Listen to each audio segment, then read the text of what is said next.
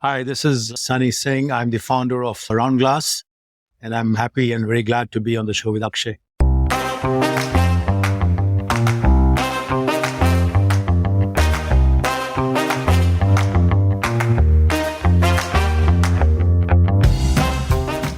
Did you know that language translation services is a $56 billion industry globally? You may be wondering why I'm sharing this data with you. Stay tuned and you will understand. The healthcare industry in the US is an $800 billion industry, and it comprises several stakeholders who have to work together, starting from the government, which partly funds healthcare, to employers who provide medical insurance to insurance companies, to hospitals and clinics. And each of these stakeholders speak their own language and record data in their own formats and structures. Imagine the market opportunity in translating the data and information flow in this ecosystem. This is exactly the opportunity that Edifecs capitalized on. The large market opportunity combined with the excellence in executing is what eventually led to an acquisition of Edifecs by private equity at a valuation of more than $1 billion. In this episode, your host Akshayta talks with Sunny Singh, who founded Edifecs and spent 2.5 decades in scaling it before it was acquired. Sunny is currently the founder of RoundGlass, which is a combination of social enterprise and a for-profit wellness business. Stay tuned for this amazing conversation and subscribe to the Founder Thesis podcast and any audio streaming app to hear veteran founders talk about building billion-dollar businesses.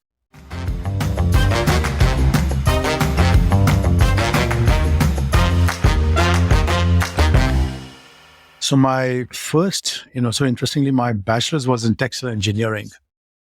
And the reason was not because I was tied to textile in my career. It's because that's the only engineering I could get to stay in Delhi, where my hometown was. So I took textiles, and then my first master's was in computer and industrial engineering. I wanted to do robotics. And as I was doing industrial engineering and management, after a year, I realized that's not what I wanted to do. And I started taking computer science courses, and I started enjoying them. And so I ended up doing a second master along with my first one. And when I finished the first, then I did my second. So it took me 3 years, and I did both my masters. But I ended up doing computer science. But the best part is that I'm the worst computer coder in the world, I think. I've never written a single line of code for my companies, and because I just know how to code. I don't know how to code, and I've got a master's in computer science. So I have those degrees, but I've not used anything in those degrees that I can remember in my career. Or at least if I did, I miserably failed at it. So you were working at Microsoft before you started up. How did you, tell me that journey to Microsoft? Yeah, so I did one job in Montana. Then I did another job I moved to Seattle in 93. And I was doing supply chain management with a company called Expeditors. And a lot of EDI, a lot of logistics stuff. And at that point EDI is an electronic way, it's an electronic paradigm of exchanging information. And so sending purchase orders, invoices, and sending them to paper of packs, you send them electronically. And so there are standards by which you send this information back and forth worldwide, whether it's in the US or whatever, and then you subscribe to those standards, and therefore the other person can read what you have sent. Anyways, and then I had my second job. I decided that I was going to become an entrepreneur because I was not thriving in my jobs. And after a lot of thinking, I realized that what I'm cut out to be is an entrepreneur. So when I decided to be an entrepreneur, I still wasn't sure what I wanted to do as an entrepreneur. And so a call came from Microsoft, a friend of mine, saying, "Hey, you have an expertise in technologies like EDI, logistics, supply chain. Come and help me out." And at first I told him that, "Look, I'm going to start something. So it's not a good idea for me to come and work for you because I'm going to leave in a year or so." And he said, "Don't think about it. And let's chat again." And then I thought about it. So it's going to take me a year and a half to figure out what I wanted to do. So let me go to this role. So I called him. I said, if being with you a year is, then I'll be happy to come over. And I did, and I stayed there for a year and a half. And then by the time I figured out what I wanted to do, and I then embarked upon my first company. You had the green card by the time you this idea? Yes. Yeah. Okay. So my first job, I got my green card. It took me about, I think, 3 years, 2.5, maybe less, or somewhere around 2.5 years, and I got my green card. Got it. So tell me that, like what was the idea which you wanted to execute? So the intent was, I was a pretty good student of the industry. I knew my industry quite well, but I had never managed teams or business units or P&L. So I was not a business focused guy, but I was a good student of my industry. And so after dabbling in many ideas as to what I should do, I said, look, I should do something that aligns with my competency. And my competency is these domain areas of electronic data exchange, electronic solutions, electronic commerce, automated supply chains, etc. So we built a tool which allows you to document how these transactions are going to be transacted, going to be sent back and forth. What piece of information goes. So you document it, you send the document to the other side and say, look, this is how I'm going to send you the information so you know how to read it. And then this is how I'll receive back the acknowledgement or information back from me. And this is how it should be compiled. And then, of course, we build a processing engine around. So how do you define the information? When you get the information, how do you process the information to see that it's aligned with your documentation that you have done? So we build both the documentation tool first and then the engine to read the data. So it's a data processing engine. And then the third, we put a management layer on top to be able to manage and track and monitor everything that was going on. So the sum total of that was the first set of products we built. And we did well. Give me an example of what would be the use case for this. So if let's say a company, let's say a health plan like Blue Cross Blue Shield of California or a Cigna or an Aetna, they tell the providers, when you send me claims for reimbursement, because you're going to send me a claim, I'm going to reimburse you, the claim should be in this format. The claim number should be here, the claim amount should be here, the claim date should be here, the episode should be here, all the related information should be in these various places as you send me the electronic feed. And when I receive it, then I have the engine to process it because I know what the feed should look like, so I process it. And if it's 100% correct, then I consume it and populate my backend systems. If it's not, I'm going to reject it and say you have to resend it, but here's what's wrong. And similarly, when you have to send payment information that the health plan, the Cigna, sends to his provider and saying, I'm going to send you the payment confirmation that I have sent you this payment, and this payment is for this claim. This is what you asked for. This is what I'm paying. Here's the delta of what I'm not paying. Why am I not paying it? So all of that goes in certain places in the electronic feed. And so we did, so there were many such documents between claims and claim payments and enrollments and clinical records. There's a lot of information and documents, and the information in the documents that get exchanged. So we prescribed and subscribed to all of those docs, the formats, and that's how we enabled companies in the healthcare system to do electronic exchange of information, because you can't randomly send any information to anybody and saying, hey, go figure it out. And this data was streaming over the internet? Yeah, that's right. I guess today, this field of EDI, I don't think it is something which people talk about today. I guess it's kind of got replaced by, let's say, like an API or a Google form even could also be something which, but this was like a precursor to what today happens through API calls and things like that. No, that's not correct, because an API is a restricted sort of information you'll send for an app to consume. And the amount of information that's exchanged in these documents, and thereby the dozens of different types of documents that are exchanged, is not easy to define an API, and also use different systems for, different people can have different claims management system. They can have different benefit systems, enrollment systems. Each of them will have to prescribe to an API that is very clean and straightforward, right? So that many to many, that I'm using many system-wise, you're using many, or the industry is many to many, and how does each of them define an API that means the same thing? So the only way to do it is by prescribing standards, that this is how you exchange the information. And even a lot of APIs are standardized. Think of a document standard on purchase orders or claims or payments as being an API, but universally accepted. That means that if you send me information in this format, I'll be able to consume it. And if I send you information in this format, you'll be able to consume it. So it's universalifying the API that is maintained and published by a third party, but not by an individual vendor. because standards are prescribed by consortiums and associations. They all contribute to this. So Bluetooth is a standard, for example. AI will eventually publish some standards, I'm sure. So EDI and XML and other standards they're worked by consortium and associations to prescribe, this is how information will be exchanged within that industry. So you created the standard for the healthcare industry? No, we subscribed to it. We contributed to it. Okay. Our people used to go there and sit in meetings and help craft them as part of the collaborative effort. And then we, of course, supported it in our products. So you were like an implementation partner for healthcare companies who want to do electronic exchange of data. We were a products company. We built a product. We gave them the product, which was a gateway that would take all incoming information, process it correctly, and feed it into the backend systems. Take the information from the backend systems, massage it, clean it up, and then send it out to all the business partners. So we had a gateway that sat at the edge of the enterprise. Got it. And their IT teams would do the integration with their backend, like the IT teams of these healthcare companies. That's right. Got it. So I've understood the idea. Now tell me about the journey of taking this idea to reality, that 0 to 1 journey. Like, did you need to raise funds before you started it? How did you get your first customer? How did you get your first team member? Like, just go through that journey. Yeah. So,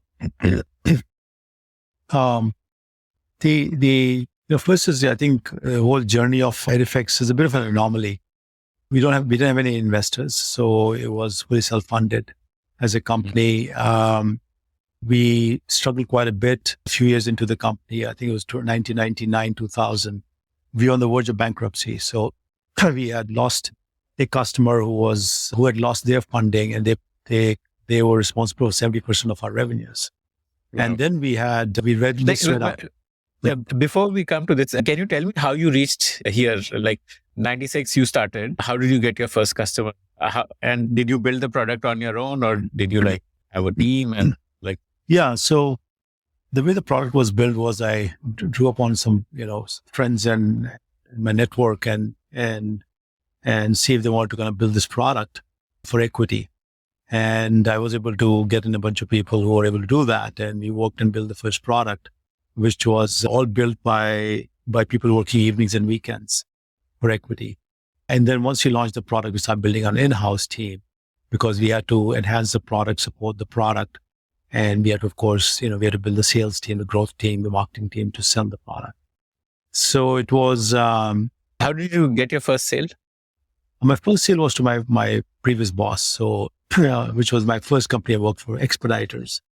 And they was before Microsoft. So Microsoft also bought the product, but I went to him and said, hey, I bought this product ready. It's a useful product. We always thought about leveraging something like this, and will you buy it? He said, if you give me this 3 or 4 or 5 features, I'll buy 10 licenses. So that was our first customer, and then Microsoft came in another couple of years down the road. And even the first company I worked for, Montana, became a customer. So all 3 of them, the 3 companies I worked for, became customers over time. But that's how we got our first customer. And how did you price it? Like you're saying, people had to buy X number of licenses. Is it like one license is for one user? Yeah, that's right. They bought the number of each license for a user, and then they will buy X number of seats for X number of users. Why do user-based pricing? I mean, from what I have understood about the product, it is an automation of exchanging data between 2 different organizations through a standardized format. Even one single user would be good enough. Like a company would just need to buy one license, and that one user can, because it's just like autopilot, right? Once you set it up, then the information just starts flowing. Yeah. See, companies have teams that help define them, reference these standards. The engine, of course, is by server, how many servers you need to process all the information So the people will need more licenses than people bought 10, 20, 30, 40 licenses because there's a team working on different standards. The bigger the companies, the more people they have, the more information, the more business partners, supply chain partners they have. So that became, so that's the product defines, or the documentation product, the engine that processes the transactions they need servers. So if they have one server and it taps out, then they need another server. Or they need a production and a staging server and a QA server. So we sell many server licenses of that. So no, we sold a lot of licenses of the product. So each machine where the product is installed is one license. Like as you said, there were multiple servers where they would install them. That's right. So if you're processing the transaction, the server, but if you're using it on a desktop, it's for each user for the desktop. So it's a user license. Got it. And you called it Edifecs. So that EDI, that stands for electronic data interchange, I guess. That's right. EDI is electronic data interchange. Got it. So coming to 1999. So you had, what kind of revenue were you doing when you lost that one big customer? So what had happened was we had, I think it was 1999 time frame. So this customer lost 70% of the funding. And so we lost our major customer, which was maybe almost 80% of our revenues. And actually, no, 70% revenue, they lost entire funding, I think. So they were scrambling or minimize the funding, and we lost 70-80% of our revenues. And then we had a sales pipeline and a sales leader, but the sales pipeline was not clean. It had accounts which will never realize into a sale. And so that became a double whammy. And so we said, what do? We have 125 plus people in here in Eastern Europe. We had all these overheads, sales are not coming in, revenues are trending down. And I started my company. What kind of revenues were you doing at that time? It was a sub 2 million. Sub 2 million. And I started my company on my credit cards, right? So the funding came through I used 15, 20 credit cards, a whole bunch of them, and some consulting money. And that's how I got everything started. So cash flow was very important for us. And when that happened, then we had to downsize, and we downsized to about 10 plus people here in the US and another 15 in Eastern Europe. And we had to rejig and reorganize the entire company. 125 became 25. Give or take. Yeah. Wow. That must have been a pretty tough experience. Yeah, it was. And then we started racking up some debt and whatnot. So, I was not a business guy, so I didn't know how to run a business well. And so here we were, we had stopped paying our landlord. We had stopped paying taxes because we didn't have the money. We thought, we'll pay it later, because we always are, optimists that the sales will pick up and we'll be able to pay everything. And we started accruing vendor debt. Our payroll was delayed. The worst period was by two months. And so we had all of these debt accumulating. And then we were pretty much on the verge of bankruptcy in 2000 and change. And then 9/11 happened in 2001. So it was icing on the cake. It's like, what else could go wrong? And then 9/11 happened. Like, how did you come out of this? This must have been a pretty stressful time for you personally also, right? Like sleepless nights and all. Yeah. So it was pretty tough. First I didn't have any experience running a business, so I had no idea how to get out of this, how to get out of this mess. But at that time, I think, just like when I started the company, I did some deep soul searching, and I said, look, if I have three choices, what do I do? I can either shut the company down, and everybody is telling me, shut the company down, go, work at another company, go to work at Microsoft and this and that. Or I could declare bankruptcy and restart the company, or I could figure out how to save the company and just plug along. And at that time, I decided that if we have one more day to live, and we had to hope to survive one more day, then why not we just focus on that one more day? And then we'll make the decision of one of these three things tomorrow. And that one day became weeks and months and years. And we didn't declare bankruptcy. We didn't shut the company down. And we kind of hunkered down to see what our core focus was, became very communicative to our team about all money's coming in, what's happening, what's not happening. We focus on our core product and so building new. And we became very, very targeted, very laser focused.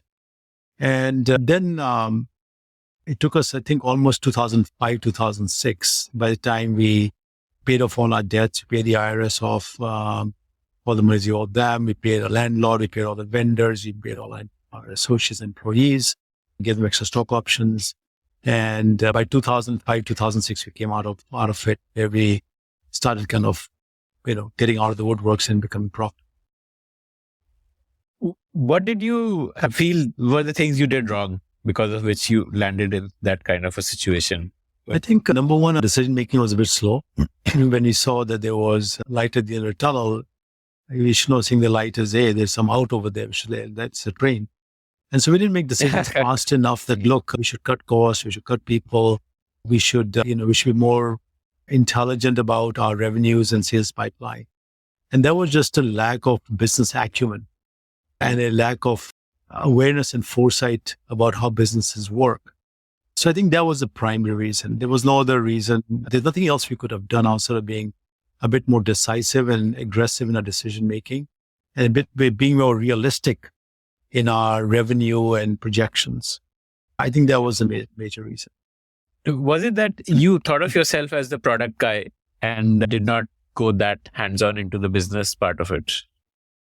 No, I was very hands-on and I was in the business side of things. I just didn't write any code. I did everything but writing code. I did all the sales and marketing and support. I defined the product but didn't code the product. So I did a lot. I was involved in a lot. But as things would have it that I think it's also that, it's like I didn't have enough any senior person in my company to help me on the business side of things. But you learn that because, you do not know what you do not know. And you start a business as a novice, as a very naive person, what do you do? So, So the way I look at it is, it is what it is. It was what it was. The question is, life threw a curveball, you got to deal with it and you figure out how to deal with it and what to do about it. And then you do it. There's nothing, things will happen. If not this, something else will happen. The question is, how do you deal with it? How do you confront it? How do you resolve it? How do you overcome it? And we were able to do so. So you basically got more aggressive with sales to get in more clients and make enough money to cover up the debt and pay off all of that. So then we paid off everything and it took us about 6 years. But yeah, it was pretty tough because at the same time when the company was floundering, my mother was discovered with cancer in India. So 3 weeks I was going to India, 3 weeks coming back to the US. I was doing 3 week trips. So while I'm running my company through as worst a time as one can expect, then I deal with the personal situation. So it was pretty brutal, but it's like it kind of taught me who I am and built a lot of character for me and shaping me and defining who I am and how I deal with things. And I think I came out of. And how much would you earn from a customer on an average? It all varied. It was it all varied fixed from rupees per or dollars per license per year, that kind of. No, we had a perpetual model. So you charge them up front and then collect maintenance of 14, 16, 20%. But all in all, the price point of a product kept increasing over time. At that point was, from as low as 500 to 2,000 to maybe 50,000, 60,000, 70,000. But of course, later in the years, Edifecs was doing $1 million deals because he had built more and more products on top of what we already started. So so the price point kept going up and up. Help me understand the product evolution journey. What were the additional products you built that led up to $1 million deals? Yeah. So we had the design product, which is the documentation product. We had a runtime engine to process that information. We had the management console and layer on top of it to manage the flow and show visibility to what transaction coming in, what happened to them, what failed, why they failed. So you kind of have complete visibility, visualization of it. And then we build more workflow products. So this is one product for transaction processing and management. And then we build a product for enrollment and encounters processing. So enrollments are when a employer sends information to the payer saying, here are the employees that have to be enrolled, or the enrollment status has changed. So you have to send that feed because that dictates the premiums that you pay to the health plan. So we get into that and processing that feed. Encounters is a way of sending data to the government so you can be reimbursed for managing a certain segment of the population. And if you don't submit clean data, you won't get reimbursed. So we had a very good way of ensuring that clean information went to the government. So the reimbursement rate was 100% or close to it with the ability to rectify and get 100%. So we built an encounters product. And then the latest product we had built was population payment. Most of the contracts in the US are fee for service. You get paid every time you provide a service. Whereas implying with the idea of pay for performance is how well you do by a patient, not how much you do for a patient. So you build a pay for performance product, and that's the latest product. And then they launched another product right now called prior authorization to authorize prior an expense before it's incurred and you can electronically send that, get out. That means that if I do this procedure, I will get reimbursed. So the provider sends that to the payer. So we had added that product also just very recent. But we kept building more and more workflow products. So making the workflows, instead of being data interoperability and data exchange efficient, we made workflows more efficient, taking one complex workflow at a time. The core reason for someone to buy the product would be that you would clean up the data? The first part was that we ensure that the data is clean that goes out and it is correct when it comes in. The workflow is to ensure that the flow of information and the accuracy of the information that flows through the workflow is very complete. Because, otherwise the system they were developing were manual, they were not well crafted or architected. We ensure that the whole enrollment processing was very efficient and the encounters submission was very efficient. So besides the interoperability gateway for data processing, we had the workflows and each had its own reason to exist.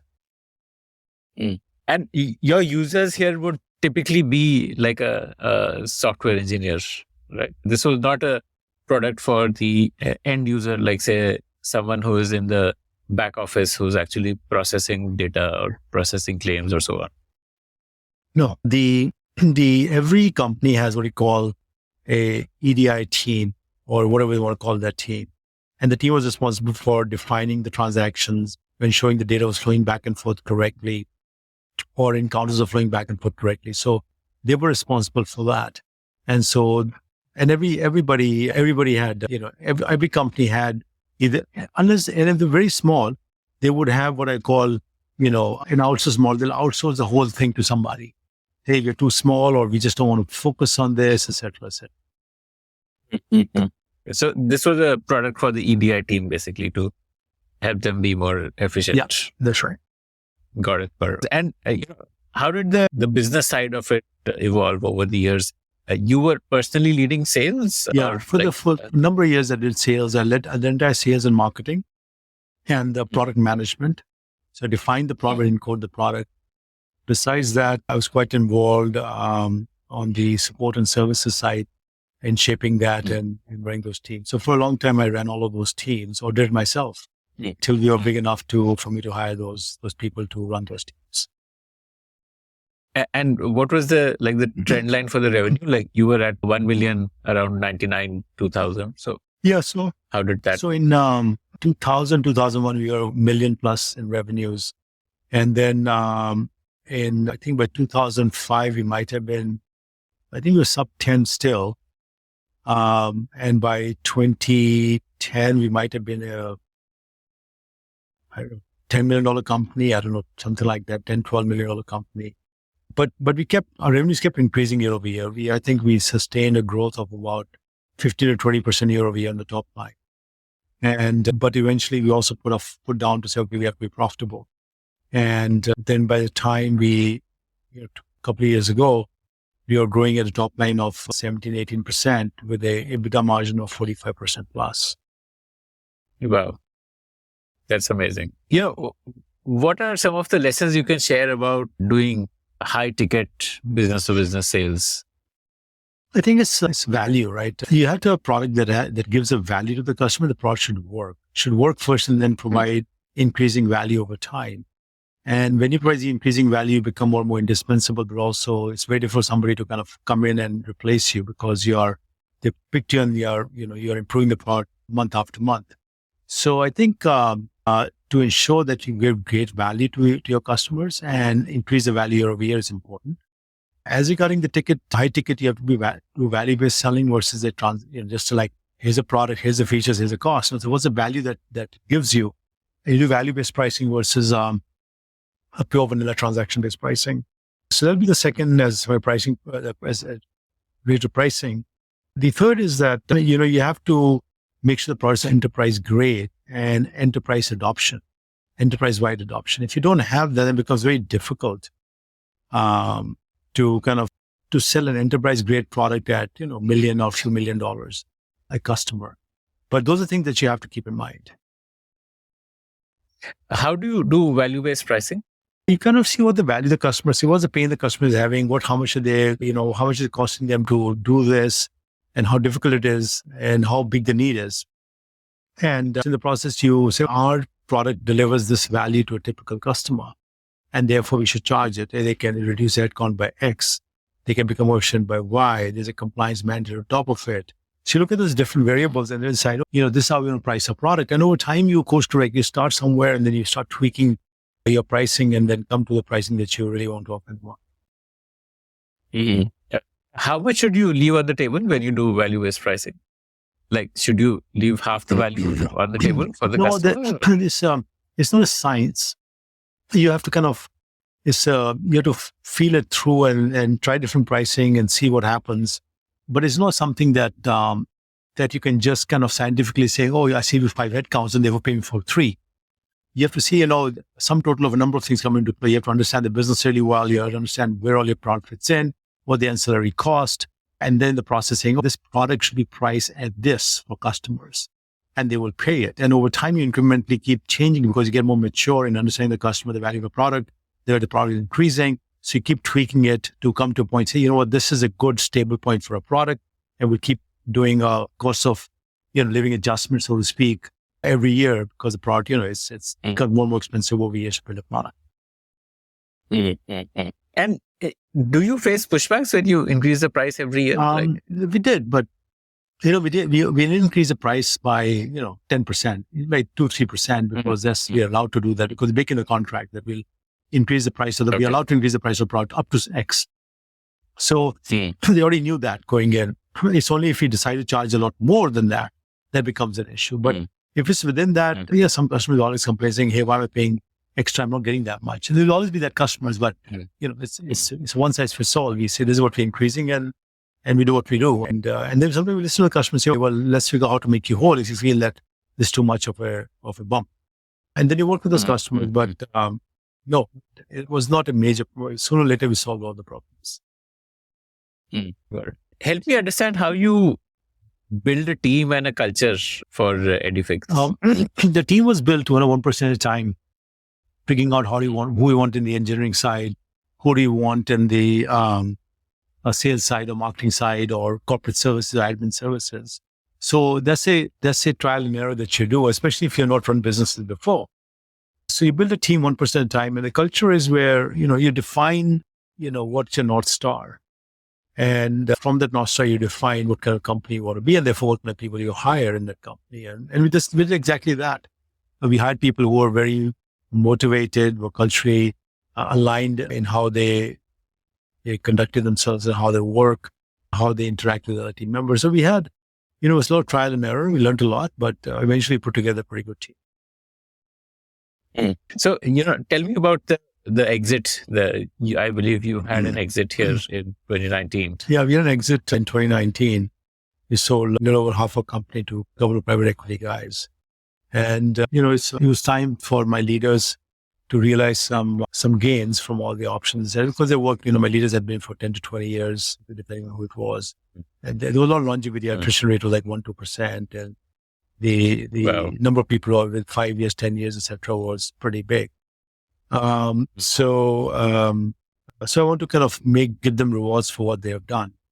And so the kind of acquisition or the M&A became a good thing to do. It was a good acquisition. The market was pretty frothy. But we are a darling of the industry, right? Our kind of companies don't exist too much.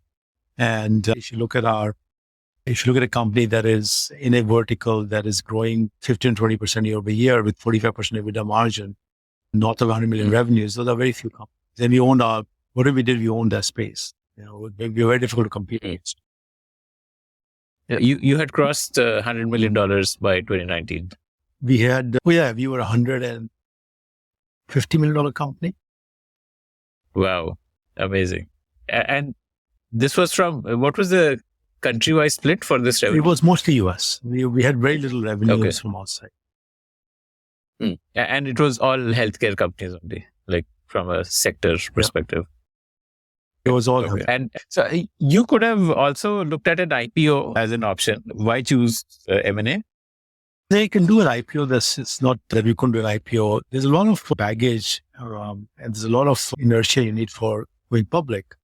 Everything from, having investors backing you up so they can do a roadshow, show the company has its chops, Number one. Number two is that you have to have a very strong leadership team, which is different. Our team was not strong enough for an IPO. They were strong enough to run the company because the IPO will look for some kinds of leaders and leadership team. So instead of going the IPO route and struggling through it, we said, let's just sell off the company, getting a good result. And we still hold significant stock in the company, me and my leaders. And so I just worked out well. My IPO is always an option, but we didn't think there was an option for us, given what we are thinking in terms of just where the company was. And remember that we had cultivated the company and built over time, where I took very junior leaders and build them within Edifecs. Whereas in a typical investor funding company, you'll get a lot of outside leadership, and they look good on paper, they look good on the resume, they look good on the website. But I had cultivated them from being very junior people, but they became very, very good. And so while the external entities might not respect or appreciate the depth and the relevance and the potency of our leadership team, no, there was complete world that we had people. But IPO is a different kind of packaging. And especially if you don't have any investors, it becomes a bit tough also at that time. Did you also choose M&A because you had decided to take a step back, or did that taking a step back happen once did it follow the acquisition? No, I took a step back after. So we sold the company. Then I gave over the baton to my number two, who became the CEO of the company. So about 6 to 9 months in the company, I transitioned over to another person because I was not interested in running the company. And I was not ever, in fact, running the company much anyways for the last 7-8 years because the operating council was running it. I had my council of my top leaders, and they used to run the company. And I really, even 5 years, I was sitting in India for 14 to 19. Those 5 years, the company was running autopilot because the operating council was running. So I was not really spending more than half an hour on the company because, the company was running good, was profitability, margin was good, the growth top line was good. So I didn't have to do much. I could have, declared a CEO much ahead of time. Yes, I could have done that. That would have been a good move. But no, I didn't have to be too involved. What were you doing in India those 5 years? I was just there for some personal reasons. So I just moved to India for. And right now you're back in the That's US. Right. So what next? Once the sale happened, I assume you would have got a decent amount of value for the equity which you parted with. Yeah, so it's a good exit. How much was the company value? It was a unicorn, so it was north of $1 billion. So it was, it was a pretty coveted asset in the healthcare space. In the enterprise healthcare space, there are not too many assets that are of that revenue with that top line growth and that kind of EBITDA margin. And the dominance we had in our products every area we were in, we dominated that area. So given all of that, it is not, those kind of assets are far and few in between in the healthcare space. And so we got a good value for the company. So, tell me about your personal journey from here, once the sale went through and what next for you? Yeah. So then, I had, by that time I already started working on RoundGlass while I was in India, and, I was disenchanted with the healthcare system of the world, US including. It was like what you call a disease management or a sick care system. That you fall sick, we either do nothing, pump with chemicals or put you under the knife.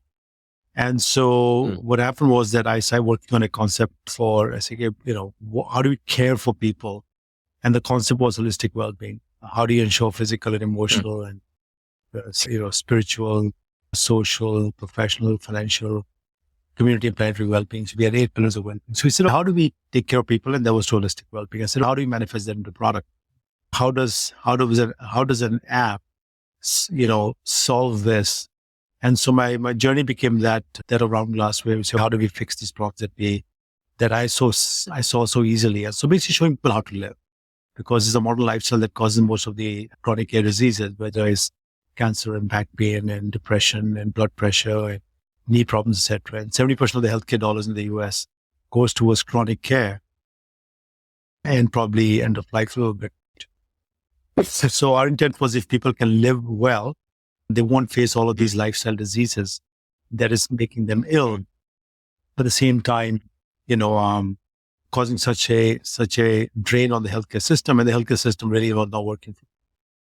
So that gave the genesis of RoundGlass to build an app or a product that becomes everybody's life coach and shows them how to live from the day to day to the big issues that are thrown at them, or the curveballs that life throws at people, how to deal with all of that and live from a foundation of holistic well-being and live from joy. So that became the rallying cry or mantra for RoundGlass. So how do you get people to live well? So I think for people to live well,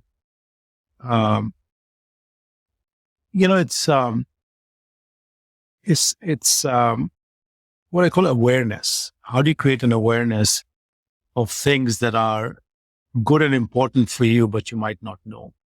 And then how do you give them a way to practice those aspects and things in life so that you just make it second nature, like brushing your teeth and having breakfast? And so you can either come and say, hey, I want to explore meditation, or I want to, find a better way of living, and therefore I'll explore what you allow me to do, the content and the tools that we have. Or you're saying, I have a very specific issue I want to deal with or focus on. And that could be, let's say, stress in the workplace or stress in a relationship or whatever.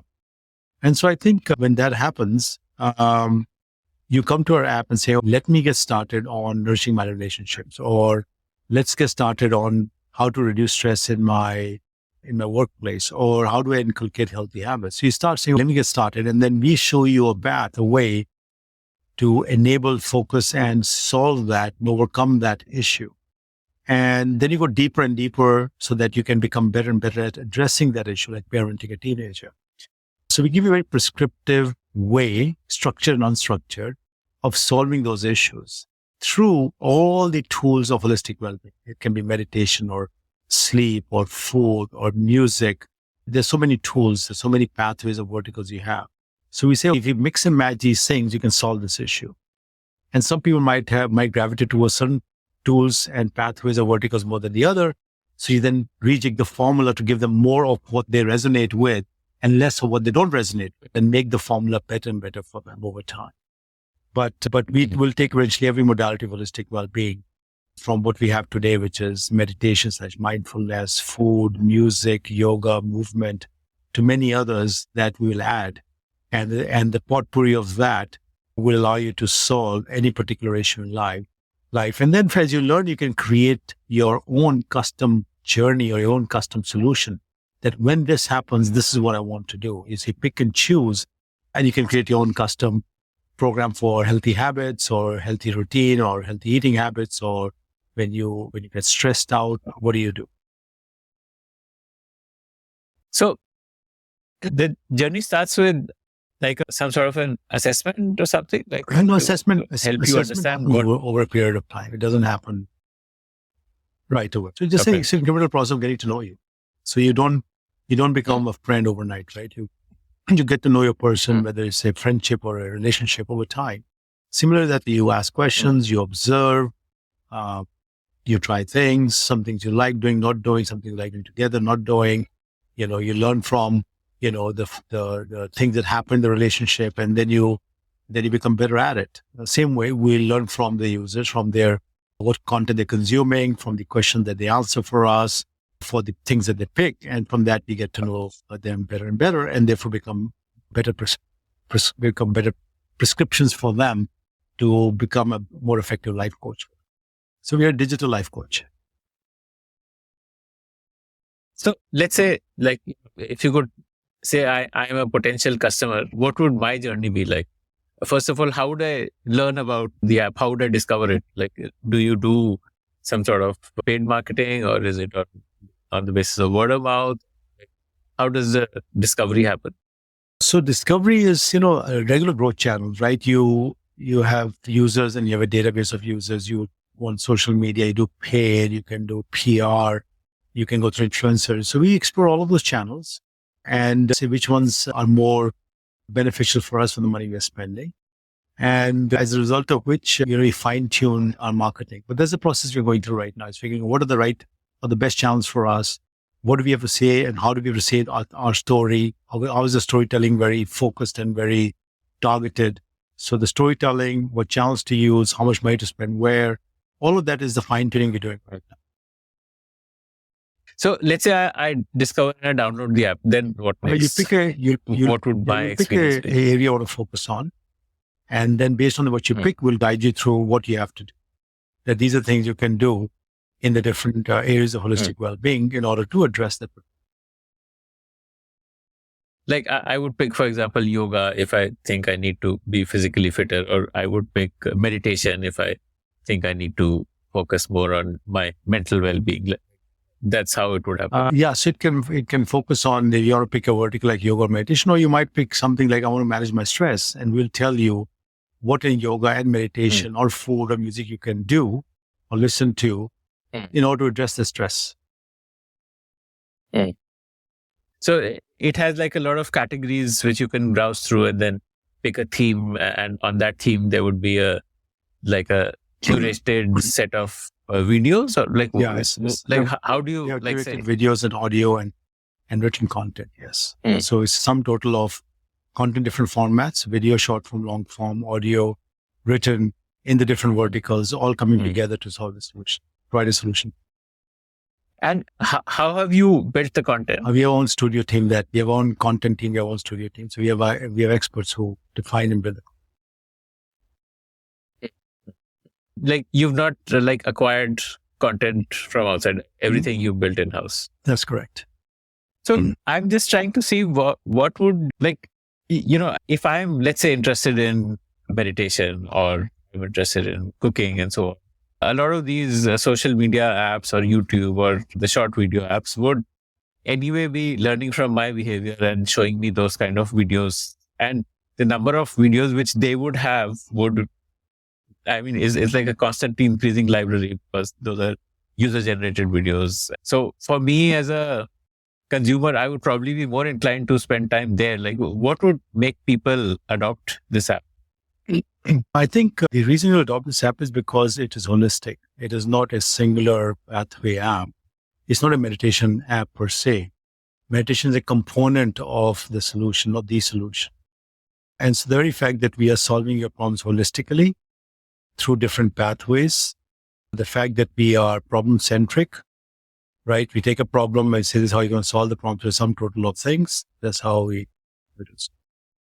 So it's not a singular vertical app like a meditation or a fitness app. It's a sum total of everything you need to do and see what resonates more than the other to solve very specific problems in your life when it comes to how you live. So like in TikTok would be similar, right? Like on TikTok, you can get meditation video, or you can get cooking videos, or you can get fitness videos, or whatever. So, what would make me want to come here instead of a short video app or something? So two things. One is, before TikTok, there was YouTube and there's all the social media. So you could have used that too, but the fact it doesn't solve the problem. As a matter of fact, if anything, all these social media channels have screwed up your life. And also with kids who are addicted to these kind of things. Because they don't solve the problem, they create a problem. Actually, they feed into people want to use our app. Second is, don't structuralize anything. They don't think this is a program or a path or a sequence of things you can do. You have to go discover.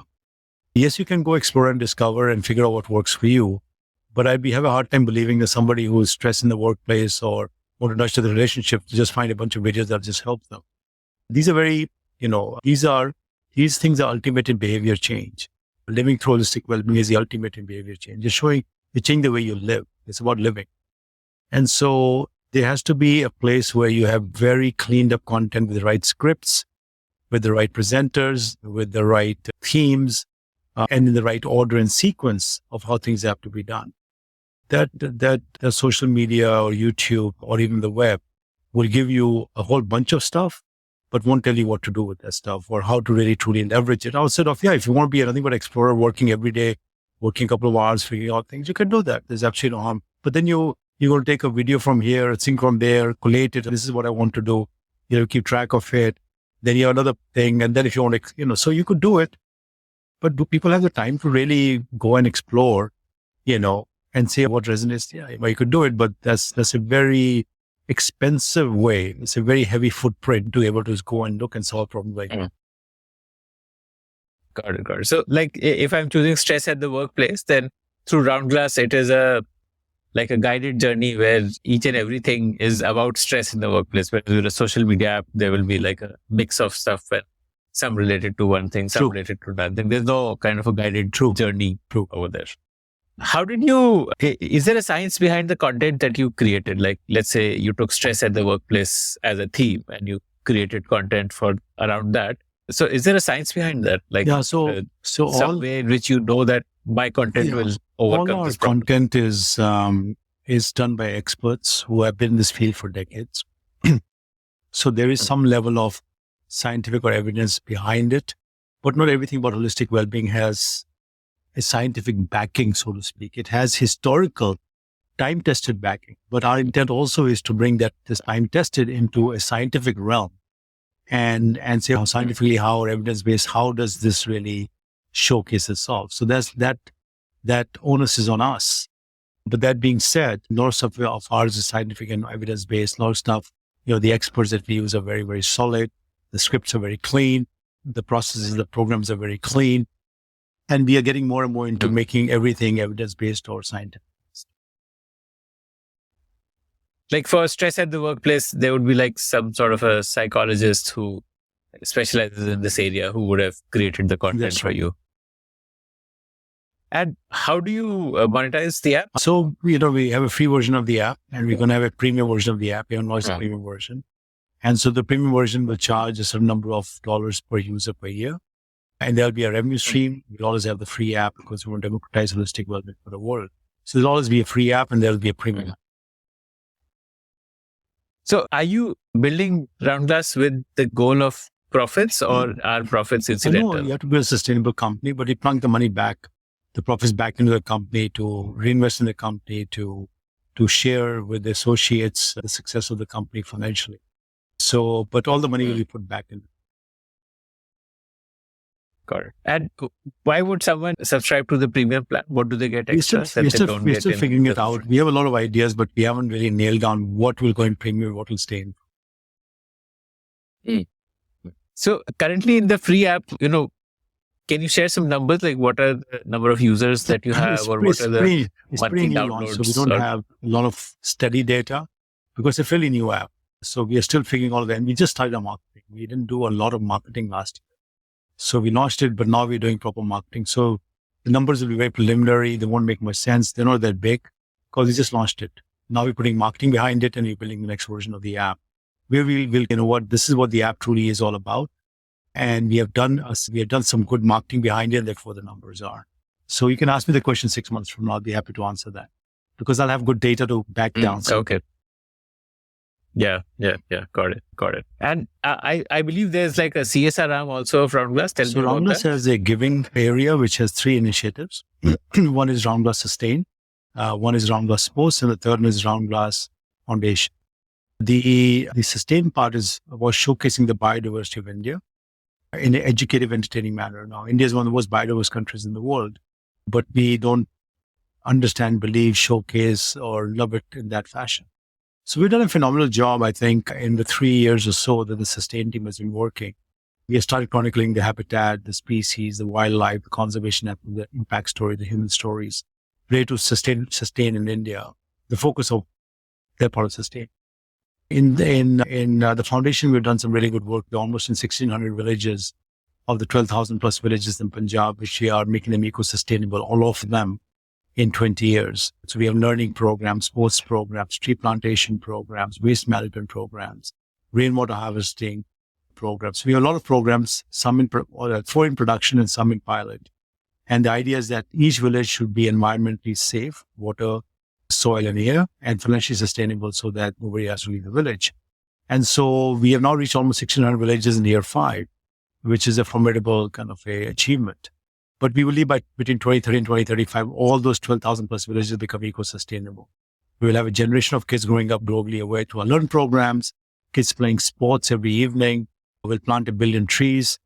We'll have waste management where the solid waste from houses will be totally composted and reused as organic manure.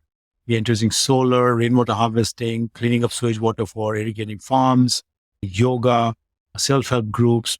So we are doing a lot with some pilot programs. The third is sports, where it's a football-centric academy, but we have other sports like field hockey and tennis. And it's a academy based on holistic development of the child. And as part of that, they become great athletes in their discipline. In football, we are number one in I-League as of now in the tournament. Under 18, 15, 13 team are top in the country.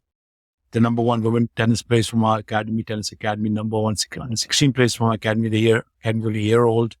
In hockey, we have a lot of development grassroots centers, and we are playing our kids 2 years ahead.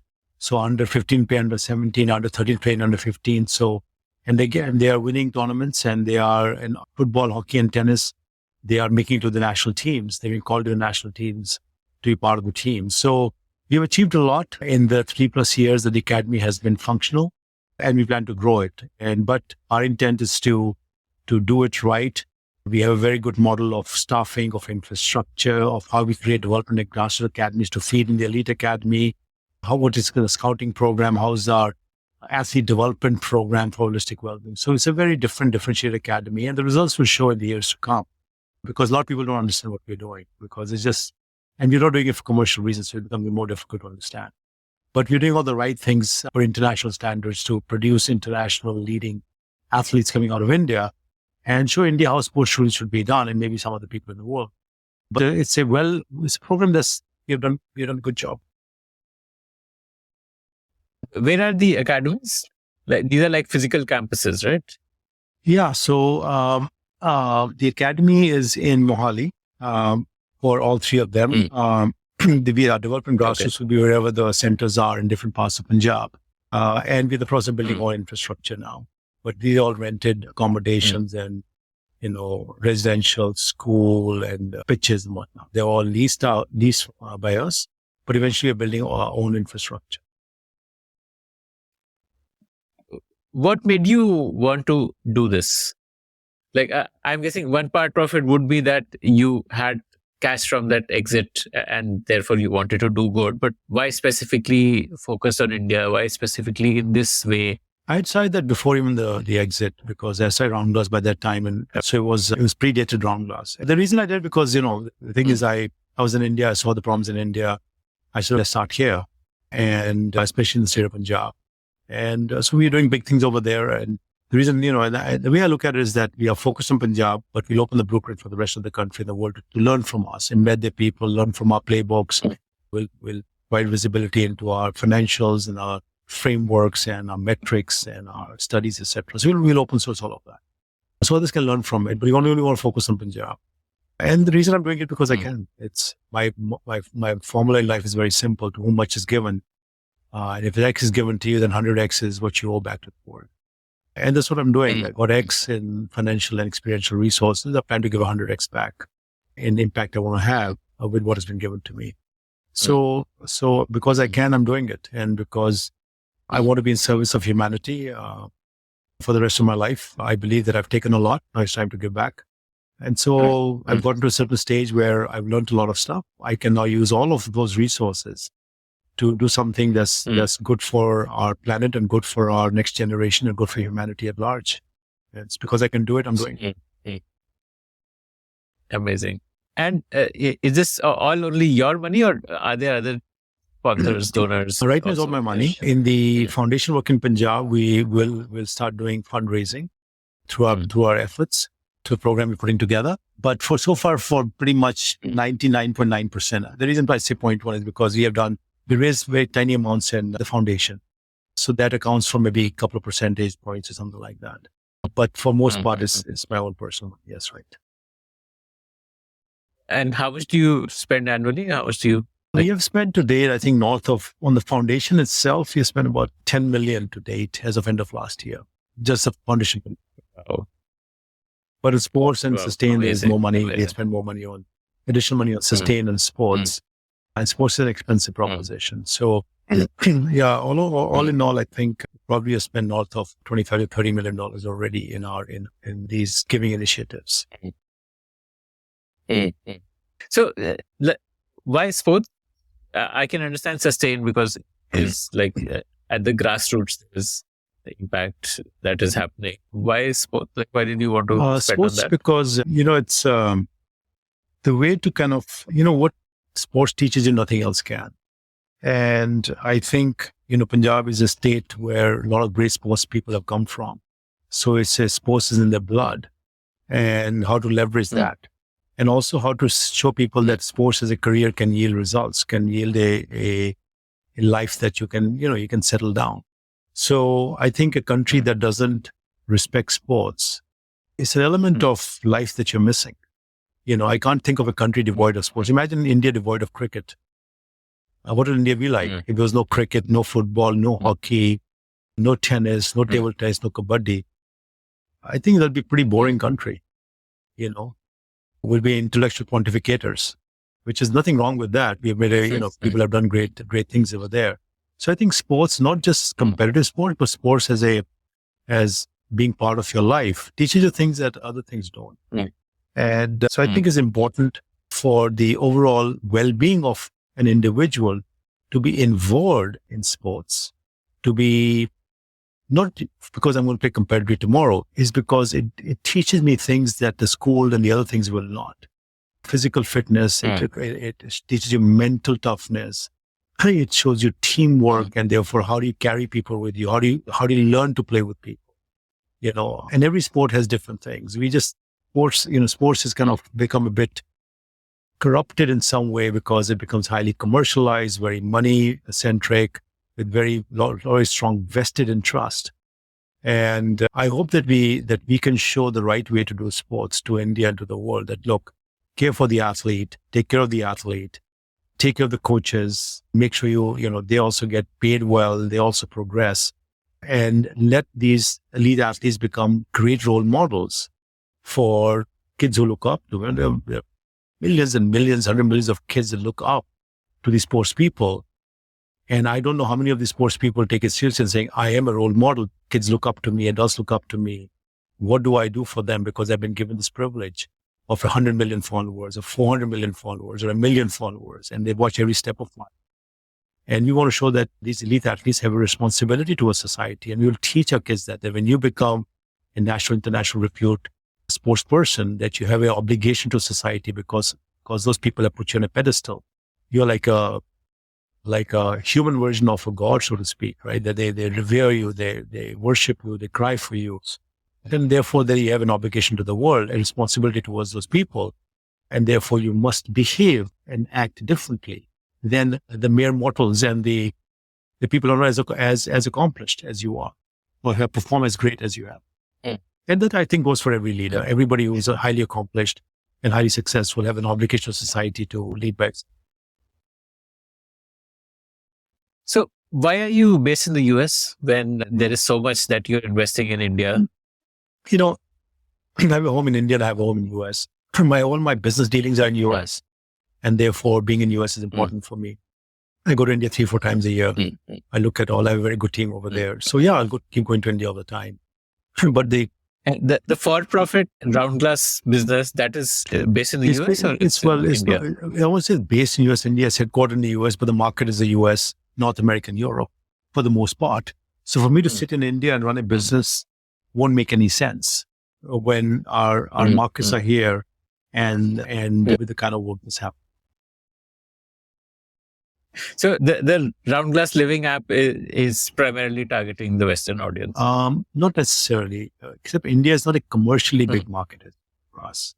It's a market, but not a commercially big market. So it is. We are selling in the US, we're selling in India.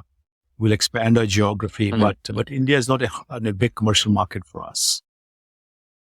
The RoundGlass Living app, I'm just wondering if for something which is pure self-based learning. So it's essentially self-based learning, right? Like the videos which you watch and learn on your own. Eventually you'll have access to practitioners and experts also. But for the most part, it is, it's like a digital life coach, giving you guided journeys, as you called it. So, it is a lot of self-observation, self-learning, self-practice, but with access to vetted out experts and teachers that you can can engage with, interact.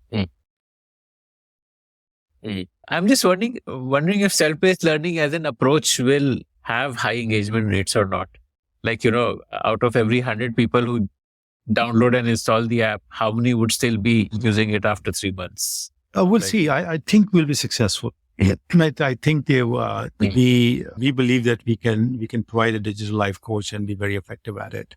But it's a sum total of also creating social tribes and access to a marketplace of vetted out experts and teachers globally. So we believe that our formula is correct. In the next 3 years, we'll execute a lot against that formula, and we'll see where we end up. But I think it'll work. Otherwise, it'll never be scalable. There's not enough experts in this world to solve the problems that people are facing. So it better work because they have no other choice. You don't have enough experts in the world, and the experts are not even uniform in there. Only maybe 10% of the experts are truly really good. 90% are a wash. So who are the good ones? Are they giving the right advice? Is it scalable? If digital doesn't work, then God help us. And that brings us to the end of this conversation. I want to ask you for a favor now. Did you like listening to this show? I'd love to hear your feedback about it. Do you have your own startup ideas? I'd love to hear them. Do you have questions for any of the guests that you heard about in this show? I'd love to get your questions and pass them on to the guests. Write to me at ad@thepodium.in. That's ad@thepodium.in.